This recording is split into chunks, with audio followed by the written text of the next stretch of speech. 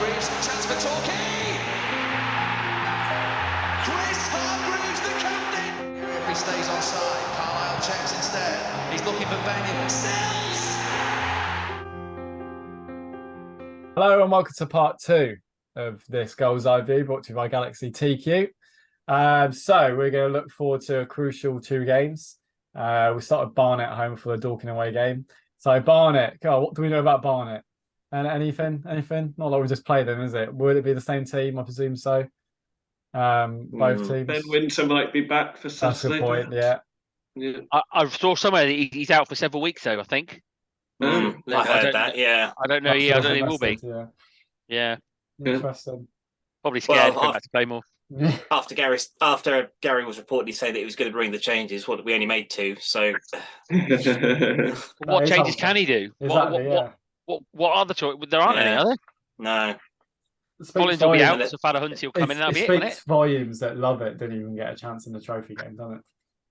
Yeah. Well, up front. Yeah. Yeah, well. Does make me think it's some incomings are going to be on their way come Saturday. Can't get any more loans, can we? That's the trouble. That's So we've true. got Collins who's injured, but he'll still be on 1 month loan. loan. Was Fada Hunty a 1 month loan? No, he's to the end of the season, I think. Was he? Because I know Collins was. But I mean, the reality is, unless we're going to bring more players in, I mean, you can have more loans, you just can't play them, can you? So unless he's going to do that, knowing Collins is going to be out, and look to bring others in, but I mean, you can't keep just signing players, can you? I mean, you've got to try and settle on what you've got. But I mean, we're just so low on numbers, aren't we? Unless you've got money to spend, where are you going to get them from? We've got enough loans as it is already, so nobody's going to join us for free transfer for the goodwill of it all, is it? They've got to be paid to get them here. It's the trouble. So Yeah, we've got any money to spend.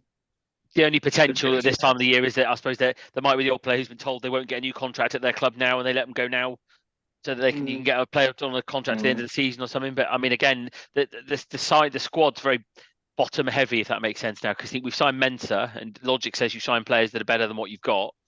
You can't get in the team. Yeah. I don't think the likes of Woking and Barnet have large squads, do they? But they've got big, strong players who are built to last, haven't they? They know who they are. They're not pretty to watch, but they've built up their identity and they know how to win games, and that can take you an awful long way in this division, can't it? I mean, Barnet showed that. If you look at their squad start of the season, you'd have said what, 12?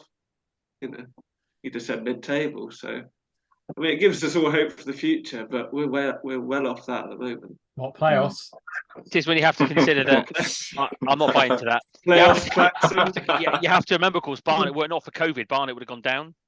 Yeah. Very true. There we go. You see? So 2025 could be a big year. That's what you're saying.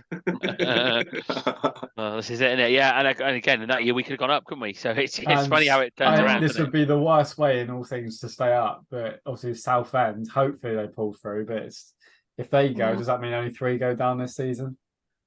You can't rely on that though. I'm not saying we rely on it, but the most Torquay thing, wasn't it? Because Aldershot did that. We've done that before my time in the Football League, but.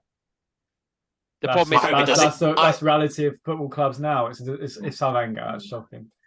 I really hope it doesn't come to that though. I really hope they survive, and really hope they survive. Absolutely, yeah. The problem for Saturday almost is that, I mean, obviously, Tuesday, is going to weigh hugely on everyone, isn't it? As supporters, we can see the importance of it. It won't be lost on the players and the whole team, will it? So I'm not saying Saturday's a free hit, because it's not, because I think we can hurt Barnet. And again, they played Halifax. They played Halifax the week before, in midweek before, and they hurt them by getting the ball down and playing football. And whenever we got the ball down and moved down around the side to them and played in between the lines, we hurt them, because they're not set up for that. If they can't kick you and you can't, then you've got a problem, and that's where we've got to try and hurt them. But I'm not saying Saturday's a free hit, but we need to ideally, if we can get 4 points from these 2 games. However, it'll be the most important thing ever to beat Barnet and lose to Dorking, won't it? It'll be close, because nobody's thrashing us, are they? It'll be a close match. It's can we find that big moment, or maybe it'll take a bit of luck, something going our way, an own goal deflected, or dodgy offside, or something like that. Maybe it'll take something like that. But something's got to go our way, I think. Let's not forget Barnet. Barnet got thrashed Notts County the day. Ended their really good run, so they'll be looking to bounce back straight away. I get the feeling I don't think we need to win on Saturday, but I do think we need to come away with at least a point. And then Tuesday, it's do or die, really, in my book. Yeah. Anything but a win on Tuesday. Anything but a win on Tuesday. And it's like Torquay on plastic pitches, that's with injuries and results have never been too kind. Just got to win. They're in free fall at the moment. About their, they're feeling the pressure. They've never. Who have Dorking got on Saturday? Have they got to? They're at Bromley. Okay. They've not really been in this situation in their history, really. They've always been going up the league, so it's totally new for them. And as we'll keep saying, as Dom said, it's a bit of that Blackpool in the Premier League feel at the moment. But you can never rule them out at all, can you? And they outplayed us a lot of that 3-3 game. They play nice football. They'll leave some gaps, won't they? So we should be able to get at them a little bit. But it's whether we can keep it tight at the other end. They don't have many 1-0s and 0-0s, do they? So they are. I'm really conflicted with how they were, because that was one of the most entertaining games we've played, and it was one of the most different games we've played. Just to see a team playing quite such a open, a kind of expansive. Well, come on, then we'll pass it round you. And of course, when you see lumps like Barnet and the way they play, just kicking and lumping it and going from back to front, it's refreshing to see, but. Unfortunately, as they're finding in the National League, I don't know it works, because if you haven't got so open. It's because if they haven't got a higher standard of, if they had like National League throughout the squads, they've got to have the players to do it. Yeah, yeah. They are changing their squad, aren't they? They're trying to. They're bringing us. Who did they? I saw they signed somebody yesterday. I can't think who it was. But... They got Wagstaff. Was it Wagstaff a week ago as well? The winger, the old. They've signed someone from Crawley, haven't they? So they are trying to rotate. And they've got their striker back from last season as well. Yeah, how stubborn they'll be with the tactics as well, though. If they're going to play open football, they're going to let goals in whoever plays from unless they sign up. I don't think they're changing for anyone, are they? And nor should they, because they've been successful doing it. So you have to be adaptable to the level you're at and do what you've got to do to win games where you are. But that's clearly the brand of football, as they like to say nowadays, that they want to play. Yeah, it's their first home game in a while as well, I believe. So they're going to have a biggish crowd as well. They're promoting it heavily on Twitter already. Yeah. But I think we'll have a good turnout as well. New ground, London-based goals, so atmosphere should be good. I just hope the result and the performance is on our side for once. It's got to be, hasn't it? Because I'm not saying with 15 games to go we wouldn't have a chance, but if we go there and lose, if you can't win the games like that, if you look at our record against the sides in the bottom 6 or 7, if you can't win games like that, then we're in huge. Look at Gateshead. Look at Gateshead. They've lost twice since Christmas or something. They're on they've turned their form around. They've drawn a lot of games, haven't they? Weren't we? We were counting them out a little bit. Gateshead will come down with Maidstone. Suddenly they're above us by a few points. But then they were 2-0 down, weren't they? 80 odd minutes yesterday against Oldham and got 2 quick goals. I thought Oldham. We all thought Oldham were going to win that, and then go ahead and build a bit of a gap. And I'll get Oldham out of the way. They're always going to break. I was torn. I was a bit torn by that result, because I always believed that. I think we all agree that Oldham were probably going to be the ones most likely to get out of the relegation battle. But they've got to do it though. Everyone's been saying that. A couple of think when we lost there in December, I was like, oh yeah, well they'll get out of it. But here we are in mid-February and they're still there, aren't they? They're in a better position now. I didn't think, to be fair, I didn't really think it based on that result when they beat us, because we were horrific on that day. It was more just the fact you look at the players they're bringing in, and you're like, there's a very good chance that they could get out now. But we shall see. There's concerns all around. I don't really care. York have brought their manager back, haven't they, this week? So that's an issue. So I think they might improve. So just got to hit form at the right time. If you hit form at the right time, got to dig down deep and get ourselves out of this mess. Whether we can or not, I'm not 100% sure. I think I'm right in saying as well that us and Gates are the only two in the bottom areas that haven't changed their manager. Swanee sacked Mike Williamson at one point, I seem to recall, on one of these, and I was like, oh, I must have missed that. And then I checked it, and he hadn't been sacked. But he'd been sacked from Football Manager.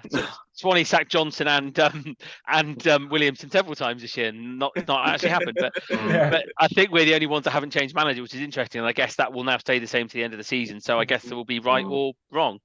Yeah. I've already booked my plane ticket for Gateshead away. I think it's a little bit different with Gateshead, isn't it? Because their expectations would be to be in a relegation fight, wouldn't they, this season? They thought they would be expect higher, to I down. think, because they won the North, because they did so well in the North. I think it was a bit of a shot for them. But they got to the playoffs one year, didn't they? They got like to the final or close to the final years ago. Yeah. Well, it's financial issues, didn't they? Almost disappear as a football club completely, and then Mike Williamson's actually built them back up. I think it was a player or player manager to begin with, but no, interesting. He has played this season. Has he? Yeah. He's 30, 38, I think now. Who do you think he is? Kevin Nicholson. Girl. Played for us like 21 years ago or something ridiculous. Yeah, no, I do remember that. Crazy. I don't remember it, but I remember reading about it. If it was 21 you years weren't there, ago, Sam. I would have been 2. I would have been living in Leicester at that point. Here we go. Play the age card. My first words were Mike Williamson at Torquay. Shall we go into the goals eye view question for the week then? Go on, yeah, Sonny. He's got his big chance. Tom's our social media guru this week. Can I read? I can get back to Football Manager, nice. Yeah, let's want to go back to so disrespectful, isn't it? Can he read? I'm just saying, comparing to me, I can't read. Do we compare you? I just can't read it out at the same time. Well, let's give it a shot. We can edit it anyway, Sammy, if I mess it up. No, I don't get the beauty of editing, even though I am the editor. So we asked you, Yellow Army, on Twitter and Facebook this week, basically, what are your predictions for Barnet at home and Dorking away? So I'll start with the ones we got on Facebook, and thank you very much for everyone who sent in their replies this week. David Evans said 1-1 for the Barnet game and 1-3. So I imagine that's Torquay winning 3-1. Thank you, David. James Bailey has said, I'm not concerned about the Barnet game in the sense that we win, lose or draw. It means nothing if we don't beat Dorking and drag them into the mire. We can't afford to leave Dorking with less than a win, so I'll go 2-1 Barnet on Saturday and 2-1 Torquay on the Tuesday. Thank you, James. I'm probably with you on that one, to be fair. We just have to beat Dorking, I do agree, but we do absolutely against Barnet. And it's going to be tough. Finally, for the Facebook lot, Robert Boone, thank you very much. 2-1 Torquay in the Barnet game and 3-1 against Dorking. Which I would be very happy with that one. Take that, yeah. Thank you very much for those of you on Facebook. Moving over to Twitter, at Mark A. Hurst says, we have to think, can we come in the top 2 of a 17-game race for the Gateshead, Dorking, York and Maidenhead, giving them a 3 to 7 point head start. If we're 6 points better off by this time next week, we stay up. 3 to 4 points, it's in the balance. And if there's anything less than that, then we are doomed. Well, that's very Thank you, Mark. It's a good way to look at it, though, isn't it? I like that way of looking at it. 17-game mini league. As long as we lose at Dorking, we don't deserve it. Mm-hmm. At By Horse says, I think Barnet will have too much for us again. Dorking away is do or die, and we normally bottle such games. The plastic pitch won't help, and it could be the death knell for us. Happy Wednesday. That's Clive spreading the midweek joy there, isn't it? Thank you, Clive, for that. Always Clive for a bit of optimism. Here's Clive. Paul Hepworth says, knowing us, we'll beat Barnet but lose to Dorking. Dorking has to be as much of a must-win game as we can get right now. Imagine that. Imagine Euphoria beating Barnet, they're going losing at Dorking. Imagine it. At Barnaby Nichols says, we need 7 wins from our remaining games, in my opinion. So pretty much a win every other game. We need to win one of the next 2, and we have to be confident in winning at Dorking. Otherwise, what's the point? I still think would be a good result on Saturday. Still think we need late 40s to stay up. Still another 20 points. I think it'd be 50 personally. I'm sure I saw something on Twitter today, like the average for staying up in this division is about 46 to 48 points. Yeah, that's what I think around that. So we got double our wins in 17 games. Sorry. We've got. You were saying must win from about September till December, Chris. So I was right, wasn't I? This is a must win. A few more. At Martin Clark says 1 point at best from both games. Tibbs Ashton says 3-1 defeat against Barnet and a man sent off, and then a 1-0 win at Dorking. Goal in the first 20 minutes. If that happens and there is a big bet on it, we need to get a bit worried. We need to contact the National League. Thanks for that, Tibbs. Tom D0312 says, I think we'll lose to Barnet again, to be honest. Dorking, I think we can get something out of, though. Must win. We've got Zach saying, I've got a feeling we'll beat Barnet and lose to Dorking. That would be very much typical Torquay. Off the Line blog says 0 points. We've got Here's Joe. Terrific. We have Louis, who says a 3-1 loss to Barnet and then a 2-1 defeat against Dorking. We've got Joey G, who says Torquay 0, Barnet 2, and then Dorking 2, Torquay 2. We also have Gary Englefield, who says 0 points as I have zero confidence in this team. Johnson can turn good players into a great team, but he can't turn bad players into anything that they already are. I did have to change the word there. I was going to say, I read that earlier, I didn't say that. Yeah. So professional, Sam. So professional. I'm really impressed in this. You're seething down there, aren't you?